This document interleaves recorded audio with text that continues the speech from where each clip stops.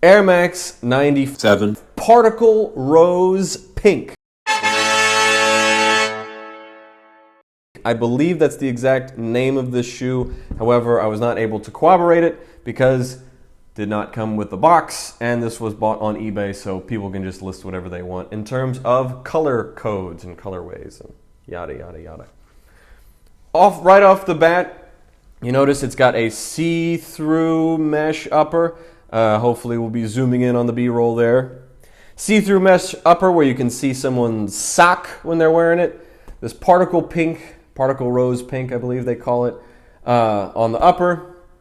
Tonal, pastel. As you can see, I'm pasteled up today, even though it ain't Easter. And then we got a white midsole and then a gum sole. These are women's shoes, size 12 or 10.5 men's. I got them for $50, which for Air Max 97 is probably about $60 cheaper than any other model that you'll see on eBay. Now, also of note, the Air Max 97 is by far the most comfortable pair of Air Maxes of the retro line. Now, they release new Air Maxes every year. Those are quite comfy. But compared to the Air Max 1, Air Max 90, Air Max 93, Air Max 95, Air Max 96, I have not tried the 98s, but I'm assuming because they have a similar sole, it'll be very similar. These are so much more comfortable than the Air Max 95s even.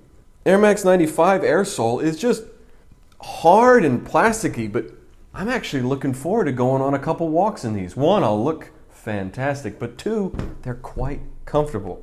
The materials are actually pretty darn good. It's not leather. Nike rarely uses leather, but whatever the materials they use is awfully soft, and it shows off your sock, so you get a bit of that see-through look. You know, the Kyrie Irvings, the Nike Invisible Womans, the Nike Clots, but without that sort of weird plasticky stuff. I have another pair of shoes that shows off my socks, and eventually I'll do a review on those as well. But yeah, Air Max 97s, they're a solid shoe overall, and I had no idea how comfortable they were. I got a pair of Air Max 97s for my dad for his birthday one year when I was in middle school, so that's a fun Air Max 97 / Brett fact. Super comfortable, decent enough materials. You can find this particular colorway or other 97s in women's sizes for men, which I highly recommend giving that an old goog. Because one of the joys of shoe collecting is finding something that nobody else has found. Finding a little unmined nugget of shoes. And that's what these are. My unmined particle rose nugget of Air Max. So anyways, I'm super pleased with my purchase. I'm super excited to wear them around town. One other thing of note is that this thing came undone. It's like a lace keeper downer. Gosh, I don't even know the terminology for that. That came undone. I don't think that's fairly common. However, it's fabric and it's glued, which means that I wouldn't necessarily use Air Max 97s for like hardcore athletics.